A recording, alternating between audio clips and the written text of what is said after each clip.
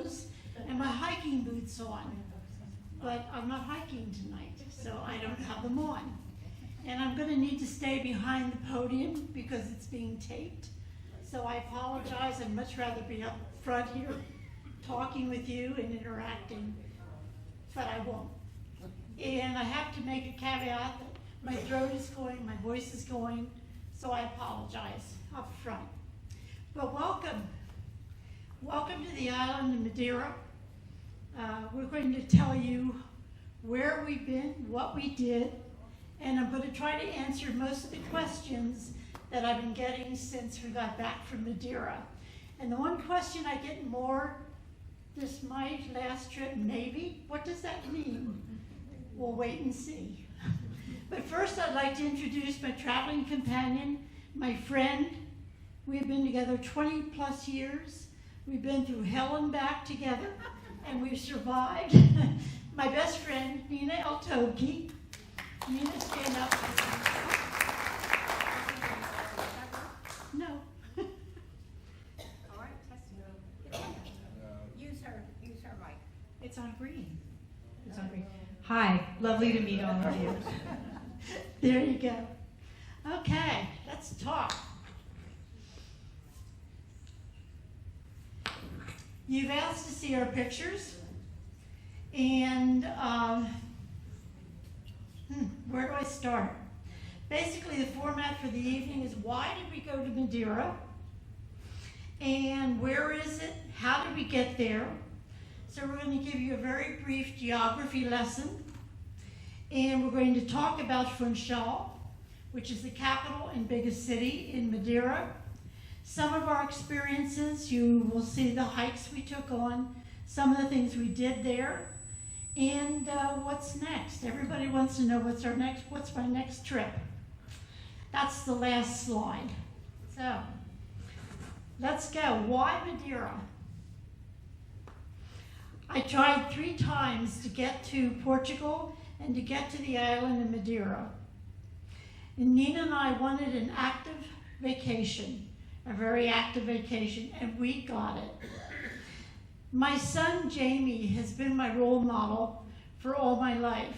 He awakened me to travel when he went into the Peace Corps in war-torn Nicaragua, and I went down to visit him.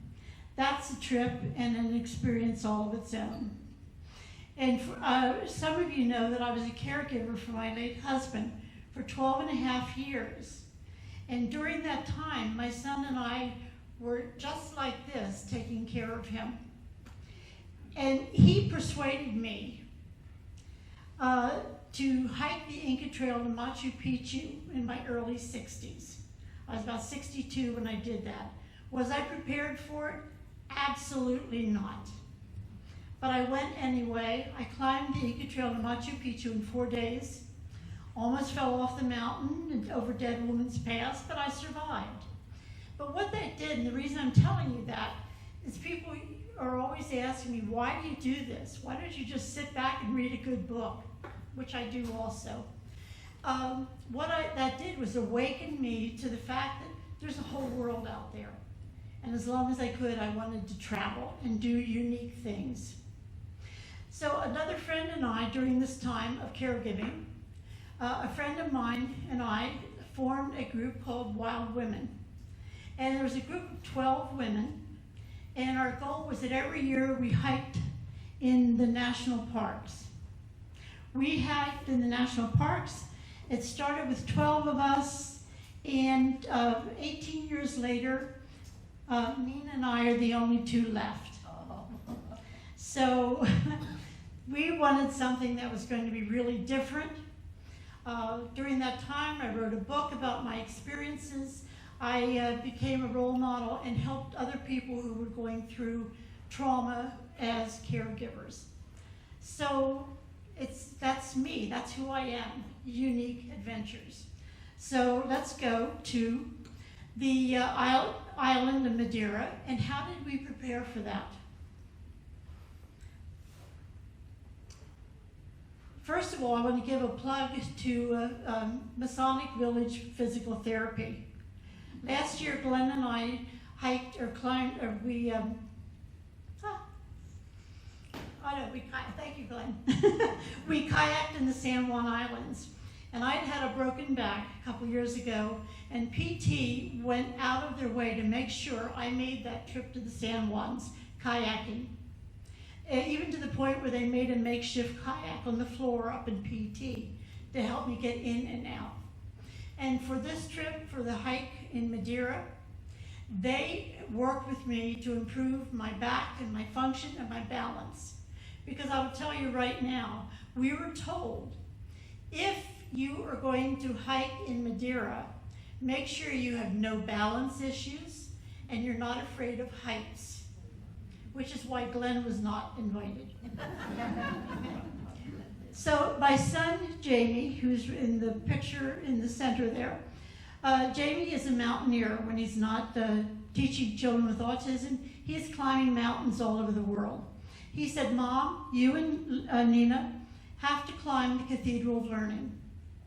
Not once, but if you're going to graduate from a mountaineering school, you have to climb all 34 flights of stairs 5 times with a 35-pound pack. Oh my. Well, as you can see from these pictures, I climbed 34 flights the first time. It took forever. Nina, on the other hand, is much more agile than I am. She went all the way up the 34 flights and back down the 34 flights. Jamie, my son, went up and down 3 or 4 times. And the rule was, every time I got to a new floor, when I saw that number, I had to yell out, I'm okay, I'm still alive. And then they would check on me all the way. So the first time we did this, I went up all 34 flights. I took the elevator down. Nina, of course, went up and down. The second time, Nina and I went by ourselves, and we walked up 21 flights. I walked up 21 flights and down 21 flights. Nina, on the other hand, did all 34 flights and down. So we felt we're ready, mostly. Nina was ready. I was mostly ready. So that's pretty much how we prepared for the trip. So we're on our way to Madeira. After 28 hours of no sleep, we spent a day and an evening with our friend Linda, who was one of the original Wild Women. Linda and her husband are retired. They lived in San Francisco, moved to Lisbon, and they're now residents there. And she gave us a whirlwind trip through the city of Lisbon. We visited Alfama, which is the oldest city and district within the city of Lisboa. And I did not misspell that. People who live in Lisbon say, it's not Lisbon, it's Lisboa. And I said, well, why don't we know it's Lisbon? She said, because you're lazy and you're used to knowing it was Lisbon. But anyway, we visited Alfama, the oldest district within the city. And that is a labyrinth of steps, narrow streets, tumbling downhill towards the ocean. We started at the top and made our way down very, very steep, narrow steps, narrow walkways through the neighborhood. And we looked inside churches, we looked at all this was done in the rain. So I thought we were going to get sunshine. And she said, you will in Madeira, but right now it's raining in Lisboa. So just a couple of photos of the Lisbon area. And yes, this is a postcard, but it really clearly illustrates the multi-layered streets, what they looked like, and all the streets, no matter how narrow they were multi-layered, and there were clothes hanging off the balconies. It was just beautiful to watch. And I thought we could take pictures, but this postcard really illustrated what the old district was like. All through Portugal and also in Madeira, when we get to Madeira, there are these famous decorative tiles of Portugal. And the name decorative tiles completely covers churches, train stations, and palaces all across Portugal. The tiles had a practical use, which is why I think they were all over Portugal. They were used in train stations and palaces, and the practical use was to regulate temperatures in hot weather, and to protect the stone walls from the damp sea air. Now the next picture I'm going to show you is not from Nina and my trip. It's when Glenn and I went the first time. The most famous place in Portugal for these blue tiles was the San Sao Bento Railway in Porto. There are 20,000 historic tiles depicting massive battles and the history of the Portuguese transport over the centuries. I just put that out just to show you how vast and how beautiful these blue tiles were. Of course, once we were finished, has anybody here been to Portugal? Okay, quite a few. Well, then you know about the sour cherry liqueur, ginja.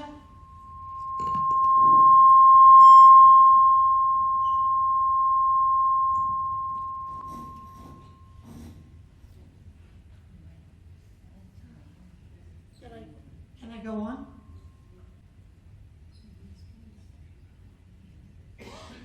Okay, can everybody hear me? Okay. Ginja. It's a cherry liqueur that they serve all over Portugal, and it's inside an edible dark chocolate cup. And Linda, of course, knew exactly where to find the best of the best. People sit on their doorsteps of their homes and their apartments selling it to make extra money. So let's segue and let's head to Madeira. After now, we've gone 36 hours with no sleep, plus the 6 hours time change. We collapse, sleep very soundly, until Linda wakes us up at, I think it was 4 o'clock, wasn't it? 4 in the morning, took us to the airport and the island of Madeira. So here we are landing in Madeira. How many of you have heard of Cristiano Ronaldo? 2 people. Watch the news over the next couple of weeks, because he is probably the world's greatest soccer player, told to us by our guide. He is going to be playing in the soccer tournament, and the airport was named after him. There's a dedicated museum named after him in Madeira, and there's statues all over the country. Family lives there. He's from Funchal. And the way our guide, our leader talked about him, Roberto, we think they probably were best buddies, and they probably went to school together, because every time we turned around, he was talking about Cristiano Ronaldo. First, I want to say a word about suitcases and Air Portugal. They have extremely strict rules about weight limits and the size of luggage.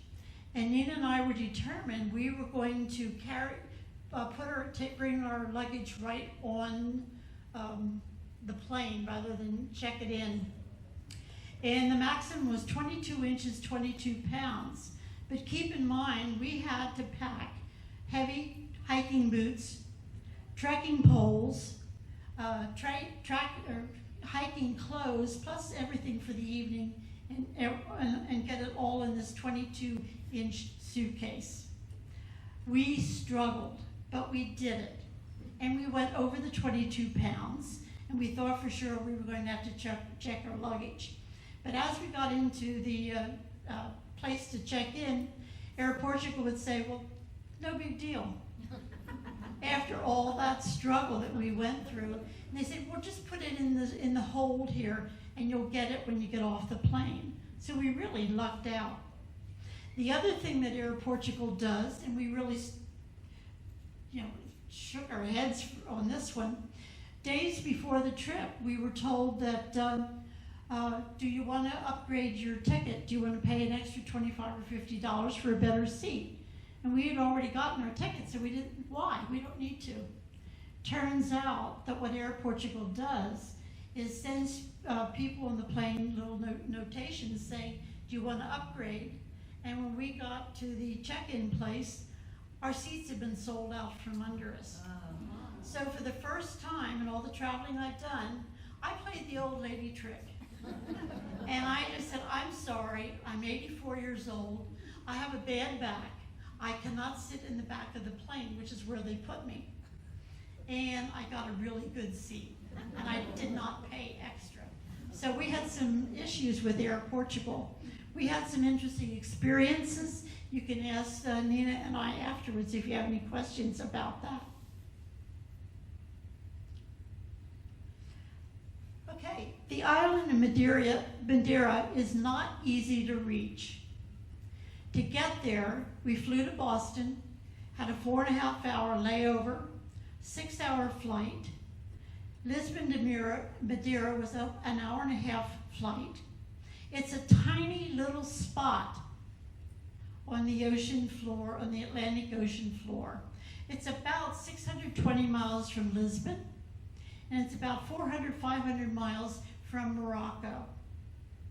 It's an archipelago, which is a group of islands, in case you don't know. That's a result of volcanic eruptions. And the island of Madeira probably appeared somewhere around 1339.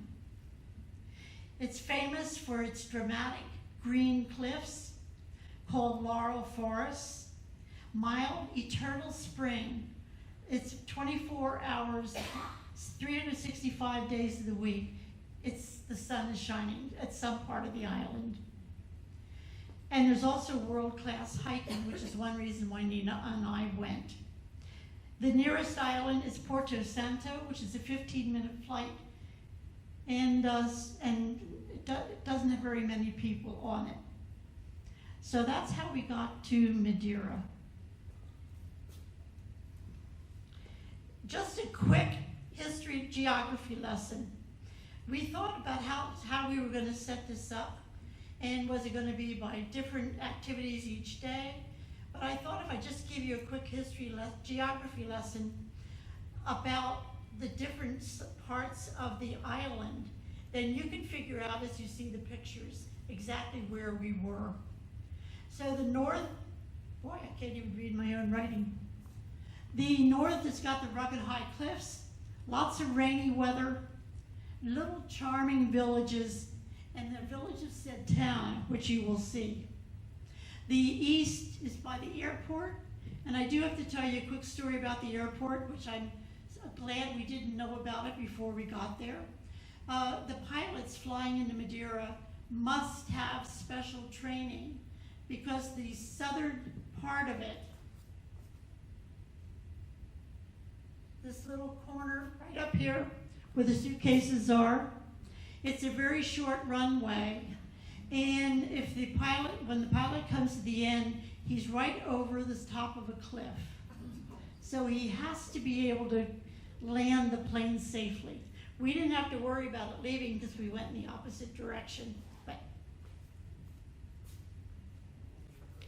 So that the east is where the airport was. There's rocky beaches, dramatic views. It's very, very isolated. There's no shade. It's very desolate.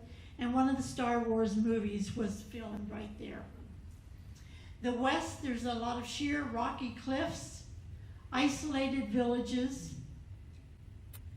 And the south is where the sun shines the best. That's where they have dramatic sunsets on the a lot of hotels, and that's where a lot of the fruits and vegetables are grown. And in the interior, it's a very sharp rise from sea level. It's extreme topography, sharp peaks, old growth trees. The best trails and the best hiking is in the center of the country, and very high elevation towns and villages. So where do we stay? This is in the city of Funchal, which is the capital and the largest city.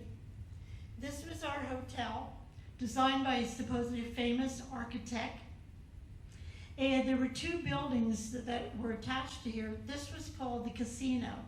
And we almost didn't take the trip because we did not want to be in a busy casino area.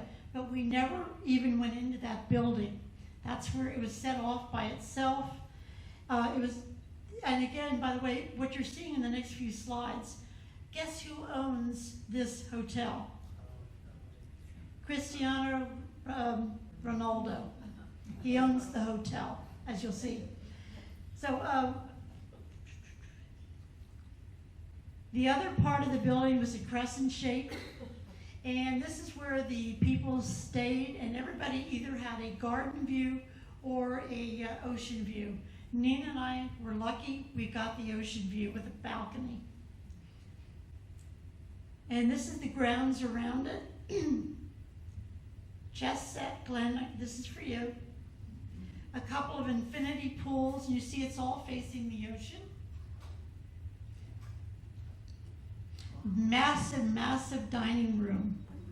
We got up at 6:30 every morning just so we'd get a window seat so we could watch outside, watch the sun come up and the ships that are at the port, so we were very close to the port. Folk dancers wandered in through the evening. And the food, there were pastry buffets. Is Kevin in here yet? Okay, Kevin. It makes you got to upgrade the buffet here. There were pastry buffets, fruit buffets, egg stations, and Cafe Americana was the drink of choice. I learned to like it, and Kevin, I won some for breakfast. On the 5th floor, there was another infinity pool, and this kind of gives you a view of the port. This is on the south side, very close. And to the left on the hill, that is the city of Funchal, a totally walkable city. This is a nighttime view of the hotel. Funchal means fennel.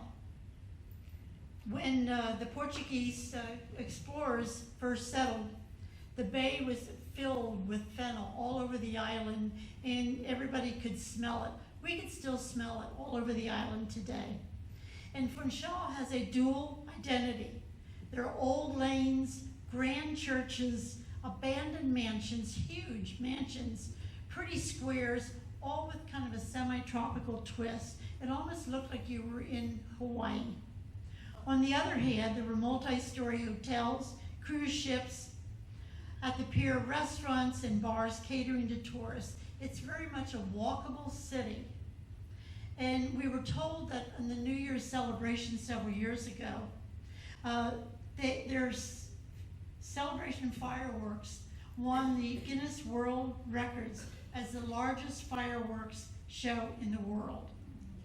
So walk with Nina and me as we walk through Funchal.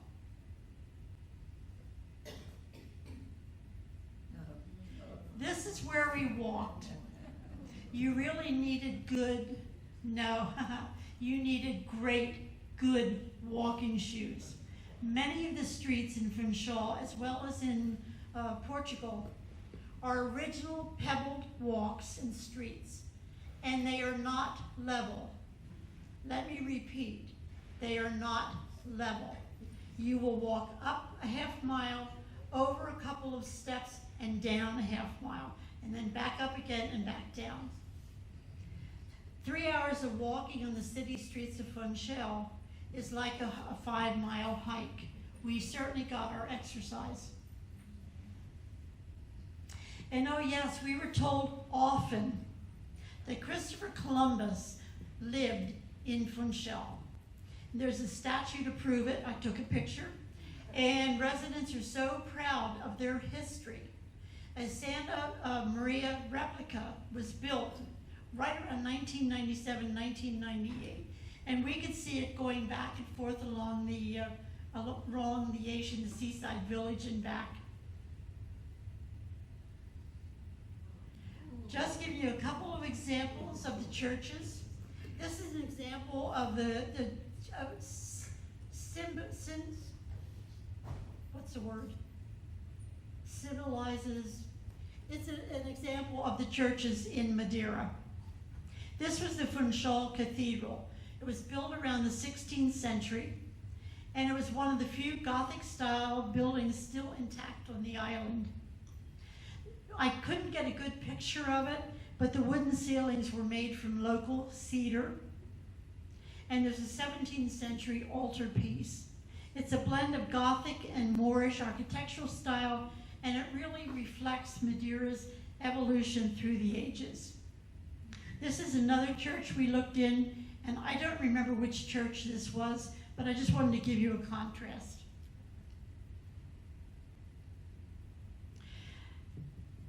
This is still in the city of Funchal. They had, this was a garden. We walked about 15 minutes from our hotel. The ocean was right in front of us with the ships docking.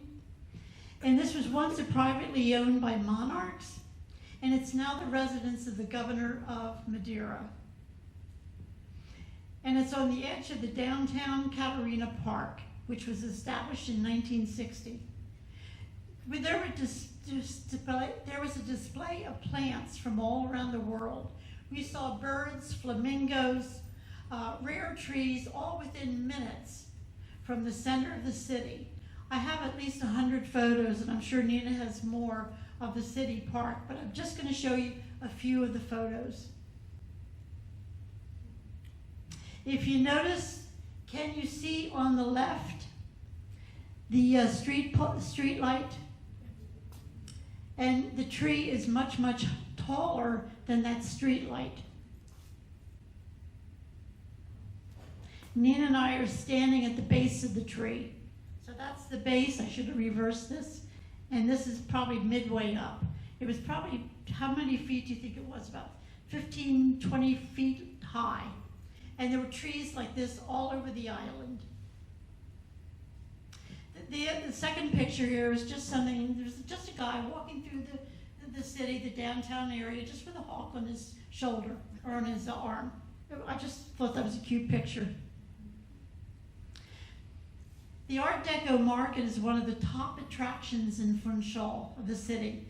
This building was built back in the 1940s, and it serves as one of the island's best fresh food markets. Each floor had a different kind of fruit or vegetable. There was a floor for vegetables, a floor for fruits, fish. They had scabbered fish, which I ate almost every night. And that's a black, dark, slippery eel-like with rows of razor-sharp teeth. And they hug the water. They have really ugly-looking eyes. But boy, when you get them scraped off and cook them up, it was delicious. I had seafood almost every night.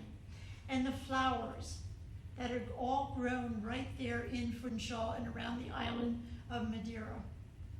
And Nina and I are honest.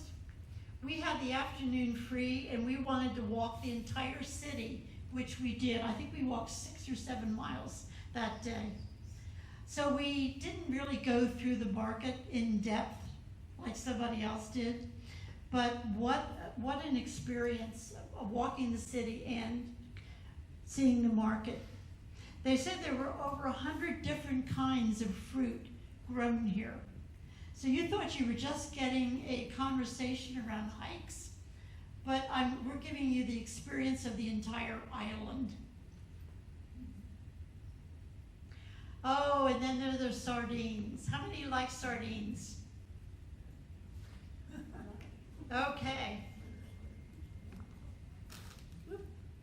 Where did I put the sardines, Nina? Oh, here are sardines. This is a sardine shop that you see, and it was right by the marketplace. And there are hundreds and hundreds of sardine cans. And our guide told us, you could buy these. They were beautifully, artistically made and painted on. And they were like 28 euros for just a little can of sardines. She said, if you just go to the little open air markets right around the hotel, you can get them for 3 or 4 euros. So I really am wishing I had bought at least one to bring back to give as a gift, but I didn't. And you can see they have a sardine can from every year since the beginning of the century. Then there's the art of the painted doors project. These are samples of the wonderful painted doors project. Back in 2014, the City Council wanted to update all the dilapidated streets, and so they enhanced the owners of the apartment buildings, who were a lot of them starving artists, to paint the doors. And so narrow street after narrow street has these painted doors, and they're just wonderful to look at. There were over 200 doors that were transformed.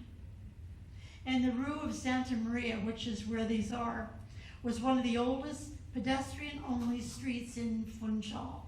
And it's a very narrow street. There are no cars, and people were just jostling each other to walk from street to street. And here are just a couple of pictures.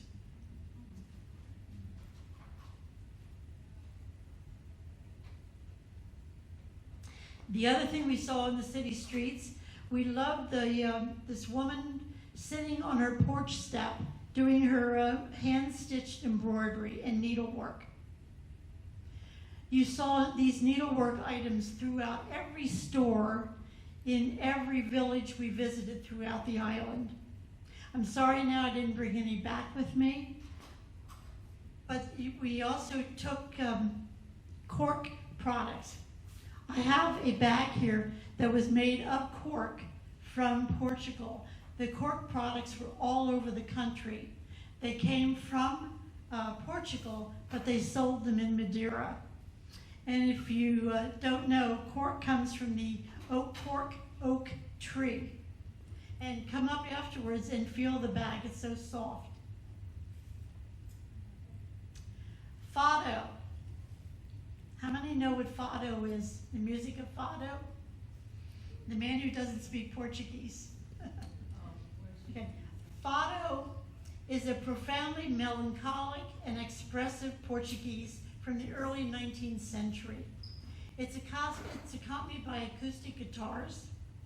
It's mournful singing, and the woman, you see the picture of the woman here. I'll come back to that. This is the woman who owns it. It's a family-owned business. And the way you do it in a fado restaurant, she's the cook, the cleaner-upper, the server, and she would be cooking, and she would cook, and then she would come out and start singing.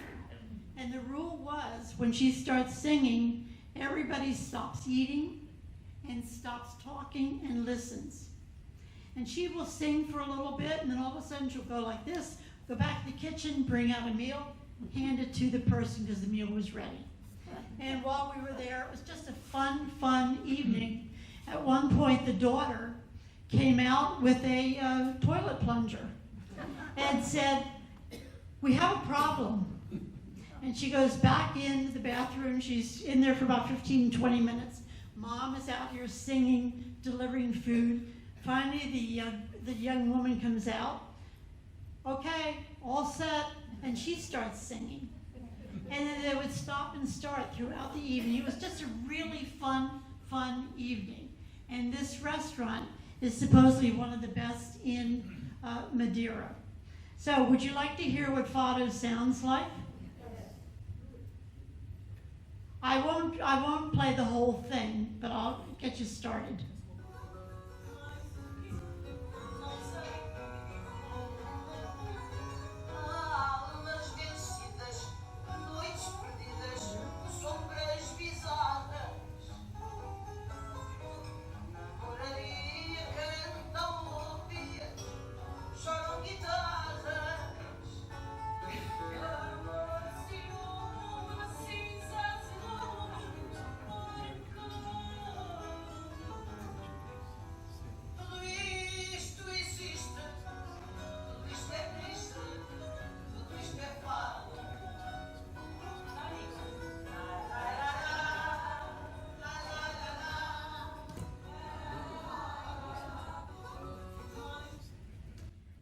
Want to sing along with her.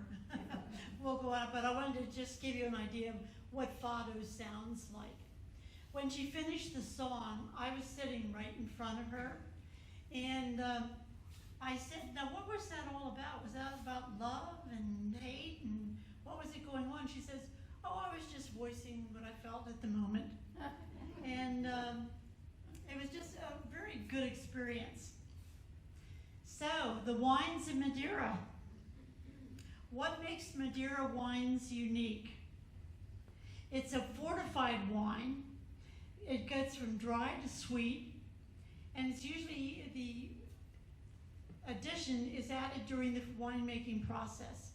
I have to read this because I haven't memorized it, but the unique taste is because they're deliberately and repeatedly heating and oxidizing the wine during aging.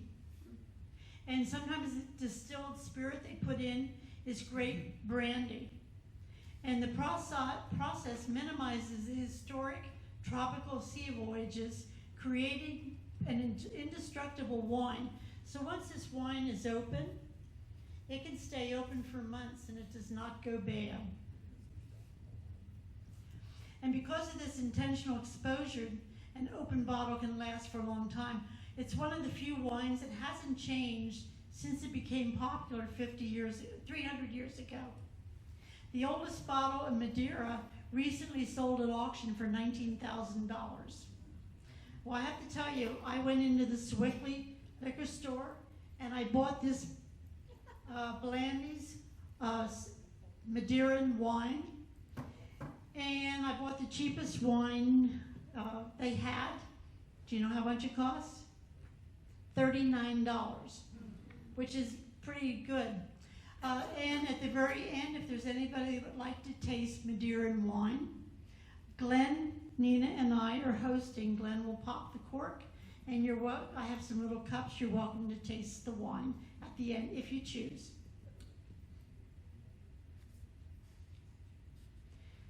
Not much to show you about the wine. Just know that we had both red and white wine flowing at every meal, lunch and dinner, for the entire time we were in Madeira.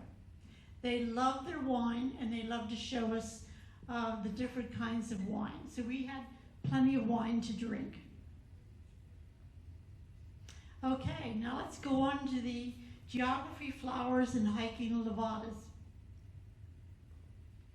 On every single hike, we always stopped halfway to the entry of the hike. And it was for a rest stop, for coffee, and to get to know the locals. So we really were immersed in the life of the people. And some of these were just tiny little villages. It was just a stop along the way. It was just an amazing experience.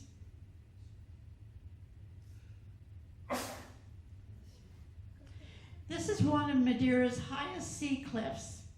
It's looking over the city of Funchal, and the skywalk platform you see is suspended glass platform.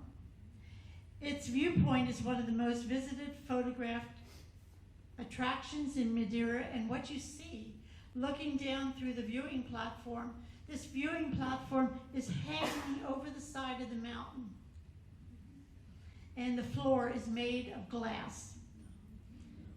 So you're looking down on the municipality of Funchal, and so people paraglide from the top of this mountain. So here's some slides. As you can see, we're standing right on the floor of the glass platform, looking down at Funchal. This is what we're seeing. This is looking over the top, down to the ocean. Just some different views of Funchal and Madeira.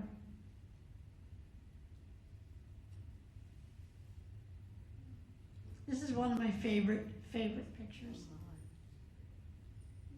The roads. You need to know a little bit about the roads of Madeira. Before the 1980s, people drove on very poorly maintained cliffside roads, and we were on quite a few of them. And we don't have a lot of pictures of these old roads that we traveled on, because I have to tell you, on the road, we were in a small van, and we drive along, and right here is the house over the side of a cliff. And they have a car right here. Here's our car, and over here it goes straight down the mountain. And we'd go around these bends and through, in and out of tunnels. Wow. And it wasn't until the 1980s and 90s that Portugal invested very heavily in the island road infrastructure. So as they were building these tunnels, we would go in a tunnel, come out the other side of the mountain, go back into another tunnel, out that tunnel. So we experienced both the new roads that were built and the old roads. I really wish we had some pictures of that. I don't know if you can see this at the top. Do you see the kind of looks like a necklace around the mountain? That's a road. And we were on that particular road. We took a picture of it when we got down to the bottom. Okay, so Monte, another part of the island. Monte you could see it from the city of Funchal. It's perched high above Funchal. It was once the stopping grounds of very wealthy people, and today it has many different sites. To get there are only 3 ways: by bus, by car, or a lot of people take a cable car from the city of Funchal up the mountain and then ride the toboggans back down. And it's known for its toboggan rides, which is 1 mile down the streets on a toboggan. And the best way is to show you our ride. But before we did that, we walked the streets of Monte, and it was just typical of the little towns. We went into the little villages that we stopped at before we started our hikes. Our day went from 9 in the morning until about 8 or 9 at night. We'd always get in the van, go to a different part of the island, stop for our coffee, talk to the villagers, and then we do our hike, and then we do some visiting in part of to something that was well known in Madeira. That was our day every day. So here were the transports. These toboggans were used in the 19th century to carry freight down the mountain. And the mountain was very dangerously steep.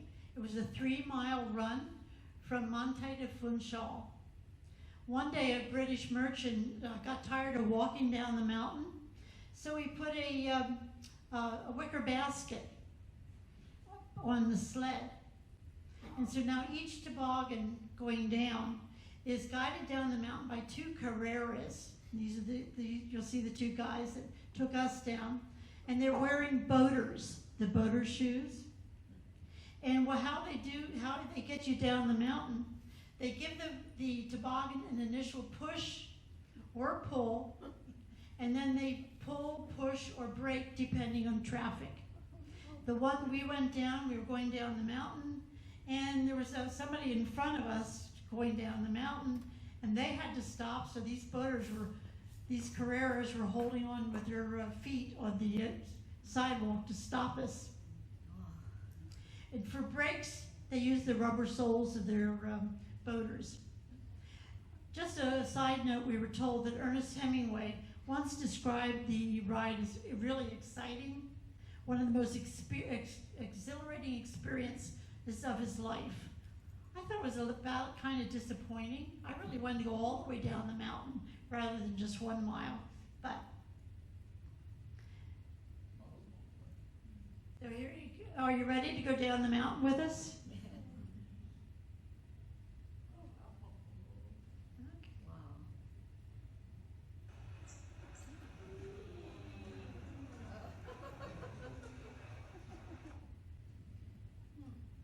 This was just a short one, but it gives you kind of just a feel for what it was like. Okay, from there, what we did, we went to the Monte Palace Tropical Gardens. This is something else that just phenomenal. I'm not even going to talk much about this other than a few words, and I'm just going to show you some pictures. But this is sweeping views over Funchal's Bay. It's 70,000 square meters paradise that blends global flora, exotic wildlife, and centuries of art. There's an art museum, all different kinds of things to see. It was a multi-level sanctuary.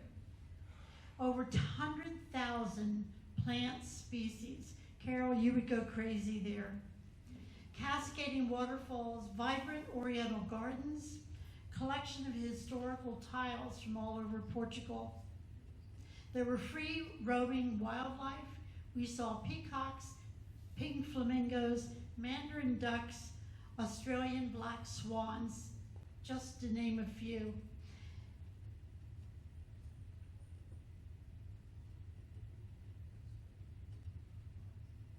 A recurring phrase we had the entire time we were on the island, but even more so when we were in the gardens, was, this plant, this tree, this flower, this bird was brought over from.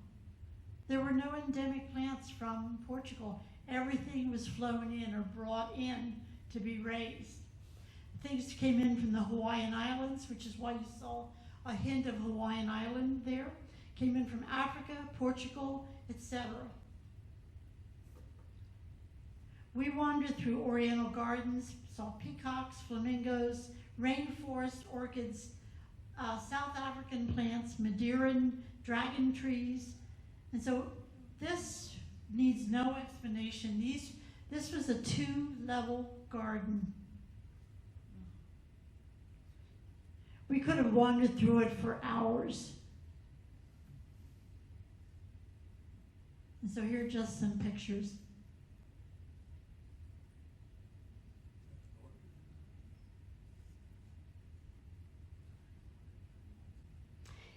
Our guide talked ad nauseum about this banana plant. I can't tell you one thing about it. But they grew bananas there, and a lot of the fish had bananas over top of it when it was served. I took this particular picture, and it actually reflects what Roberto was telling us over and over. What he said, very few plants are native to Madeira. These was the New Zealand Christmas tree from New Zealand. And because we had been in New Zealand and it was all over the island of New Zealand, I just had to take that picture. Another favorite hike. I think this day I put on 29,000 steps. We walked from our hotel to the seaside village of Camara de Lobos, which was right along the coast, the southern coast. We passed white and black beaches, walked through a tunnel that used to be a road. We did poncha tasting, and I was supposed to note that Winston Churchill painted this town. So just some pictures.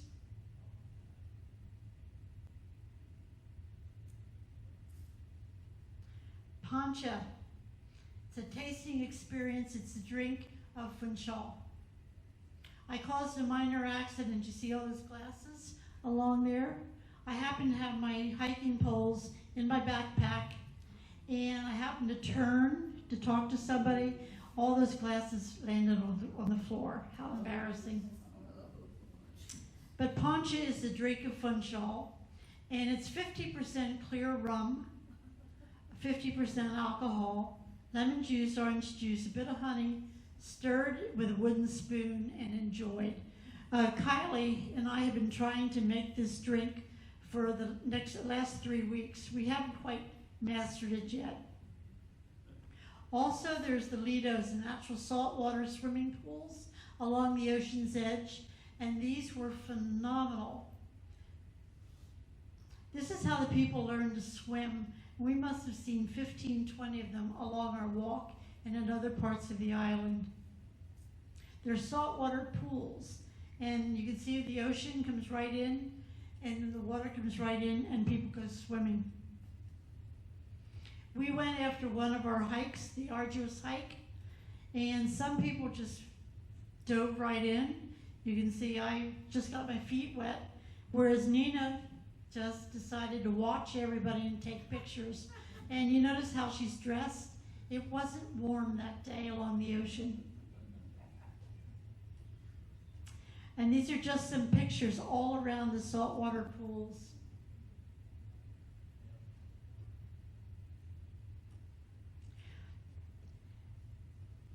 These thatched roof cottages are all over the island. It's an island icon. There are about 100 of them throughout the island. They're quite homey inside. It's 2 layers, 2 floors. And what do people do? They grow vegetables, fruit, cattle, and needlepoint and other gift items. They also had ethnic dancers. And I'm going to just play a little bit. I'm not going to play the whole thing. But we witnessed this one evening, and after the dance was finished, we got up and danced with them.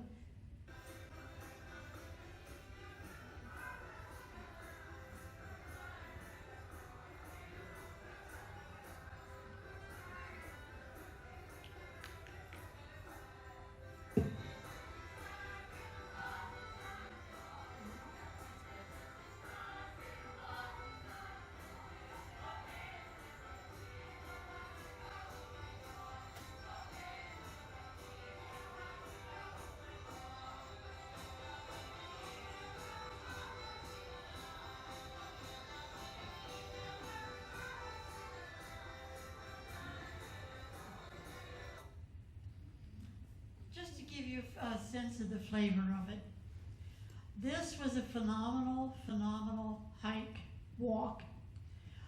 It's the 3rd largest peak and the only one accessible by car.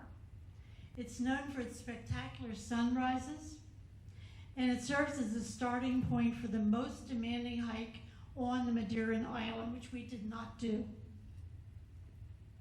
That large mushroom is an Air Force radar station. It's also a restaurant, and there are hiking trails behind and beyond. But to get to it, it's above the clouds.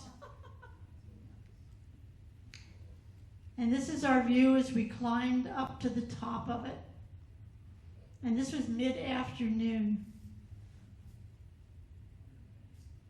You can see the small road. This is one of the old roads we drove to get to it. And at the top, this one's in here because this is just a phenomenal view. I want to paint it.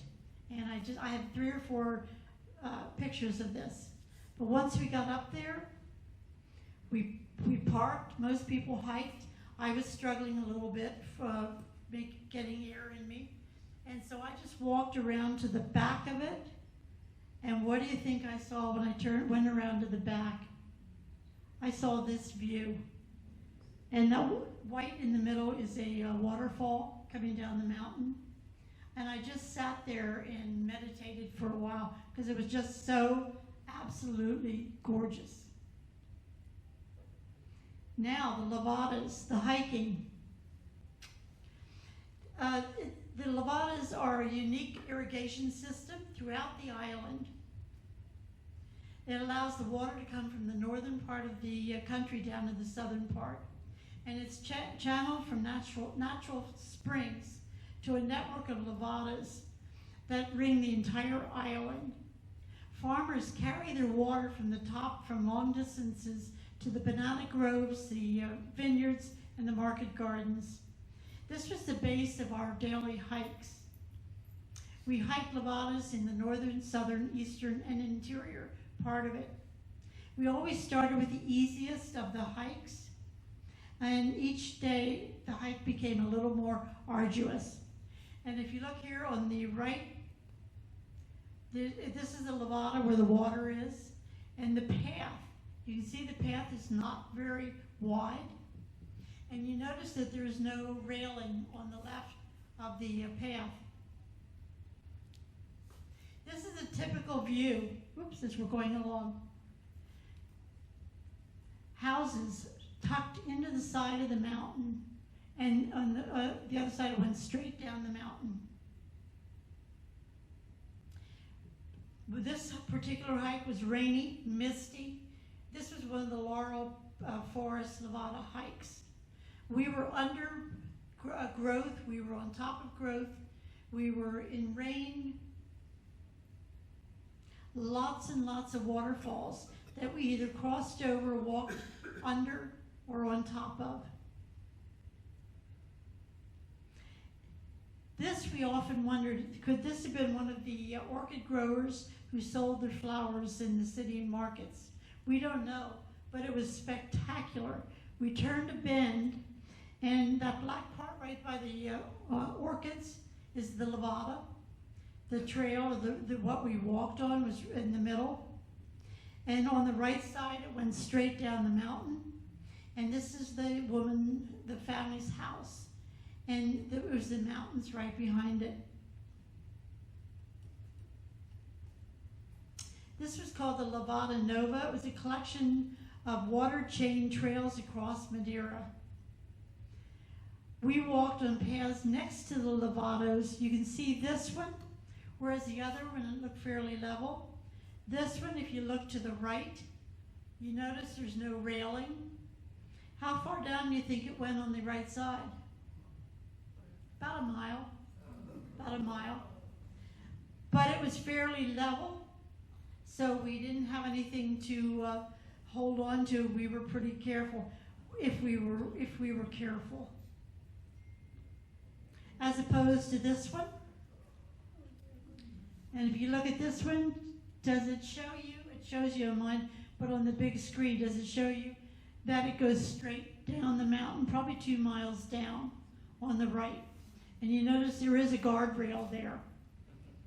And we were told before we went on the hike, before we went to Madeira, that if you have balance issues, if you're afraid of heights, do not go on the trip. And they would chase you, they would send you home if you did. So this one was okay. This particular one was supposed to be easy.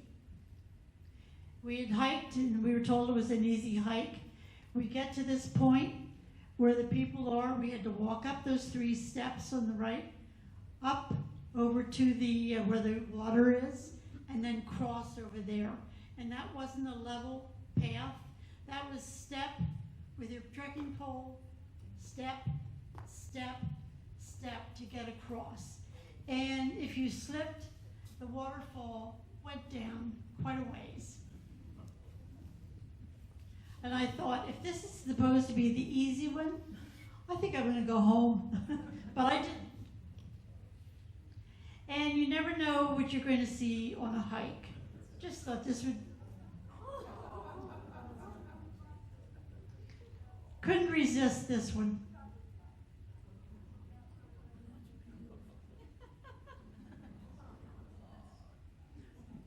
It gave us a break for a glass of water before we went on. Okay. Okay, notice the drop on this one. The light to the left, that was a drop down the mountain. You can see how thick the post was for us to walk and hold on to. As opposed to, this was my last Levada, my last hike, and it was rough. I wasn't sure. The other hikes that we did up to this point, it was one way.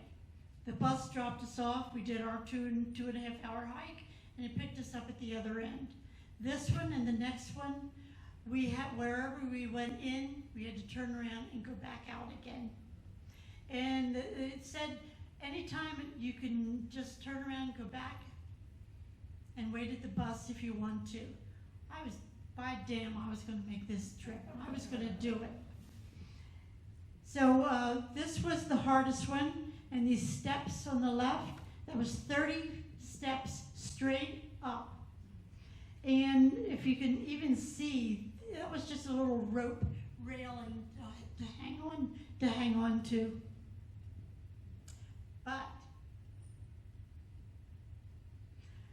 This was the halfway point. And this is me standing right there. And one of the guides was right there with me. And she said, you know, you're halfway there. We'll have lunch and then we'll turn around and go back. And I'm thinking, I want to go home. And but I had to step down off. It was wet, it was rainy, it was muddy. I had to step off there to get down where we were going to go for lunch. And there was nothing to hold on to. So she was preparing me, telling me how to do it. I did it. And the other people on the trip shouted and screamed and said, way to go. We didn't think you were going to do it, Donna. We thought for sure you were going to turn around and go back. I showed them. I sat there carefully, ate my lunch, thought, oh no, now I have to go back. And the back was almost as bad as coming, but I did it.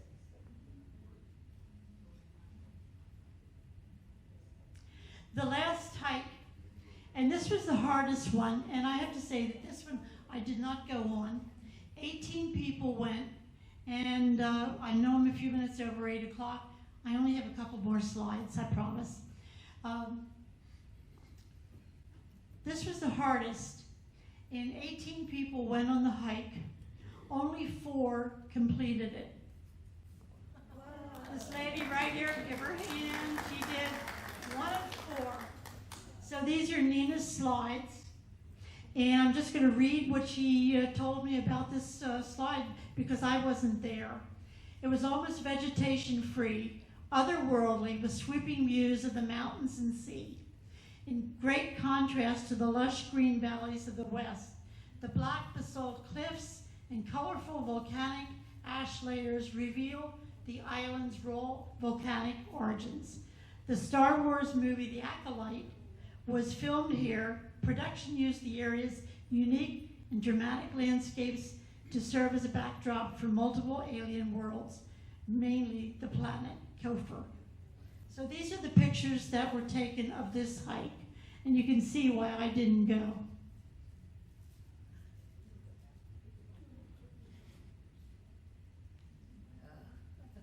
Do you want to say anything there? No? Okay.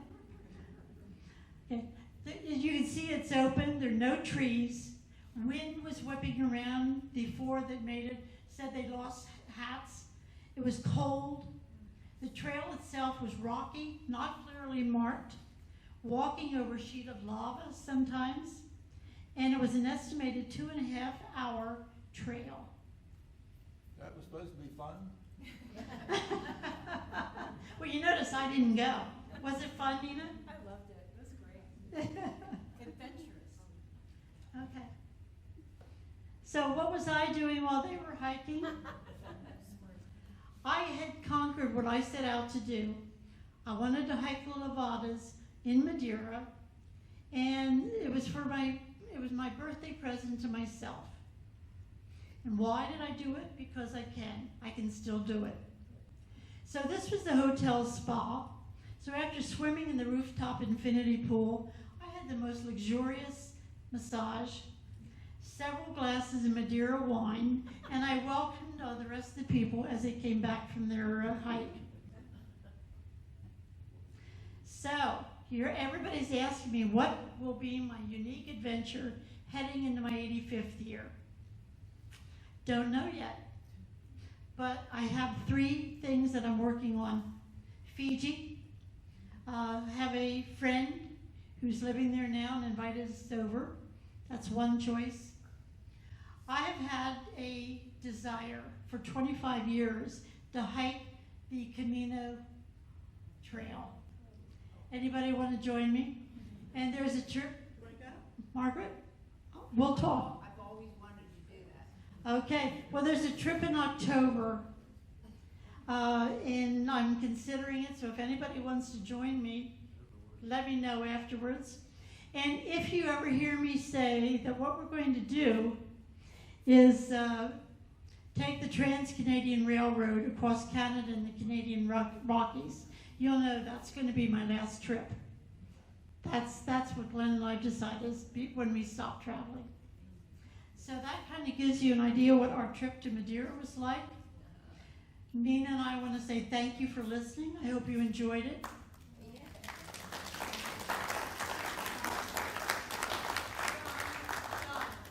What was the elevation you were at? The elevation, do you remember, Nina? We were up 3 miles. I think that the highest mountain was about 3 miles up, and we were at the top.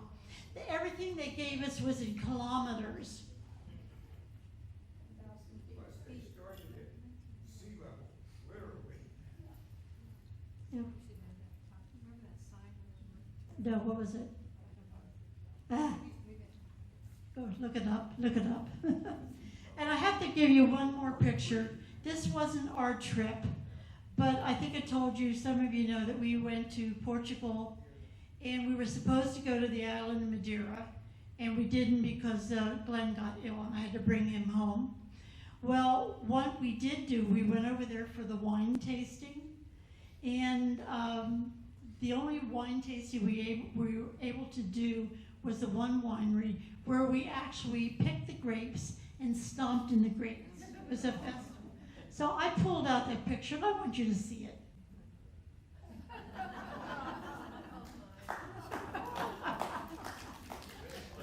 Maybe that's what made him sick. I don't know. But thank you. Any questions? And people wanted to know where I've traveled. This hiking step here has all the hikes I've done since I was in my early 60s. You're welcome to come up and look at it. And we're going to open the bottle of wine if anybody wants to stay. How many people were in your group? We had 19 people in the group. And they were from all over. There was from all over the United States and a couple from Europe. I was wondering if there were English-speaking people. The guy not English? Roberto and Christina were born and raised in Funchal. They went to school there. Roberto had a PhD in biology, and he was an environmentalist, and he knew his flowers and plants, and he knew the country inside and out. Christina was the most beautiful woman, just elegant, and together they just took us to every little nook and cranny of the country. Good. Any other questions? In the back, and then. Who organized it? This was a Rhodes Scholar trip. A Rhodes Scholar. Okay. There are more American expats in Portugal than any other European country. Are there very many on Madeira?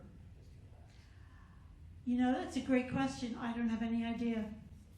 What was the question? There are many expats in Portugal. Are there any in Madeira? There are, but I can't tell you how many. Yeah, it Don't looks know. like a great place to live. They say people are moving in right and left. And through the streets, right there where all the hotels are, there are apartments after apartments after apartments throughout the city. And the traffic is really congested. We were lucky it was a walkable city, so we could walk. Any other questions? Well, thank you for coming. Thank you.